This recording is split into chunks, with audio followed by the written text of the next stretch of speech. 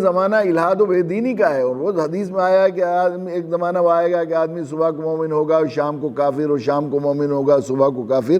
ایسا حال، یہ حال ہے ایمان کے جانب. چاروں طرف سے ایمان کو چھیننے اور الہاد، بے دینی، کفر اور شرک کے سلسلے میں کیسی تحریکیں چل رہی ہیں، کیسی تعلیم کے واسطے سے اور انٹرنیٹ کے واسطے سے، ہر واسطے سے چل رہی ہیں.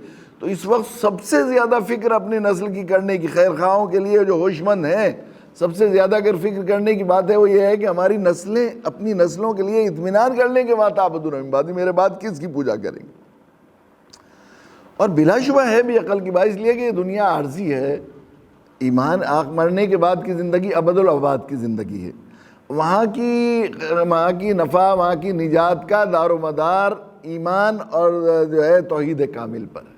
توحید کا عقیدہ، اگر عقیدہ صحیح ہو گیا اور آدمی صرف ایک اللہ کو ماننے کا جان گیا، اللہ کی ذات و صفات پر اس کا ایمان آ گیا، اور ایمان اللہ کی ذات و صفات کے ایمان کے جز ہیں، آخرت کا ایمان اور رسالت کا ایمان، سب اس کی شاخیں ہیں.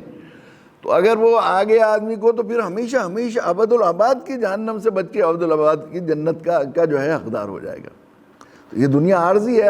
ہوش مندی کی بات ہے، عقل مندی کی بات یہ ہے کہ اس دنیا کو جو بالکل خواب کی زندگی ہے، وَمَا الْحَيَاةُ الدُّنْيَا إِلَّا سرائے کی جو حیثیت ہوتی ہے، اس دنیا کی زندگی کی حیثیت ہماری سرائے کی، بلا شبہ ہی سرائے، بلکہ سرائے میں بھی آدمی کو اطمینان ہوتا ہے.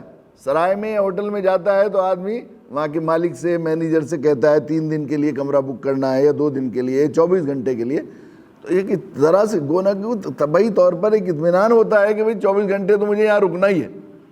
لیکن اس دنیا کا تو ایک لمحہ، ویٹنگ روم میں بھی آدمی ٹرین کے ویٹنگ روم میں رہتا ہے تو وہاں بھی اسے معلوم ہے کہ 12:45 پر میری ٹرین کا ڈپارچر ٹائم ہے، تو اس سے ایک لمحہ پہلے ٹرین نہیں جائے گی. اتنا ہے 45 یا 47 منٹ جتنے میرے پاس ہیں، تو یہ اطمینان کے ہیں.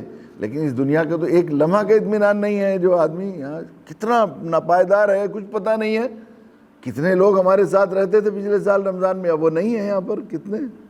کتنے لوگ ان گھروں میں جن میں ہم رہتے ہیں، ان میں کچھ لوگ اور رہتے تھے، اب وہ کچھ لوگ بستر لیے بیٹھے ہوئے ہیں کہ ہمارے بیڈ اور یہ کمرہ خالی کر کے جائیں تو ہم انتظار کریں. جیسے بعض دفعہ اس میں جو ہے ہوٹل میں اور سرائے میں مالک کہہ دیتا ہے بھئی 2 بجے مسافر جانے والے ہیں، تو آدمی سامان باہر رکھ کے کھڑا رہتا ہے. اس طرح کتنے لوگ ہماری انتظار کر رہے ہیں. یہ بالکل ایسا حال ہے یقیناً.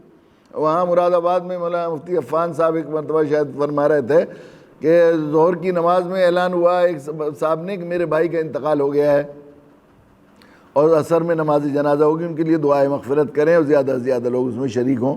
عصر کی نماز ہوئی تو 2 جنازے تھے.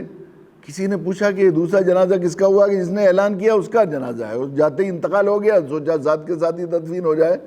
اور یہ ہم روز دیکھتے ہیں، کتنے لوگ کتنا پلان بناتے ہیں اور کتنا کچھ کرتے ہیں. تو یہ عارضی سر. تو ہوش کی بات یہ ہے کہ عارضی سرائے کے مقابلے میں ہمیشہ کے گھر کی کامیابی کی اپنی بھی فکر کی جائے، اور اپنی جن لوگوں سے محبت ہے ان کو بھی اس کے سلسلے میں حساس بھی کیا جائے، ان کی فکر بھی کی جائے. یہ فکر کرنے کی ضرورت ہے اصل. تو انبیاء علیہ السلام چونکہ، اور اس وہاں کی کامیابی اور نجات کا دار و مدار ایمان پر ہے، ایمان و عمل صالح پر ہے، اور صحیح عقیدے پر، توحید پر ہے. اس لیے وہ انبیاء علیہ السلام اس کی فکر کرتے تھے بس کہ میرے بچے کیسے فرما بردار بن جائیں، امتم مسلمۃ لک. ویڈیو کے نیچے سبسکرائب کے بٹن پہ کلک کریں، بیل کے آئیکن پہ کلک کیجئے تاکہ ہر نئی ویڈیو کی نوٹیفیکیشن آپ کو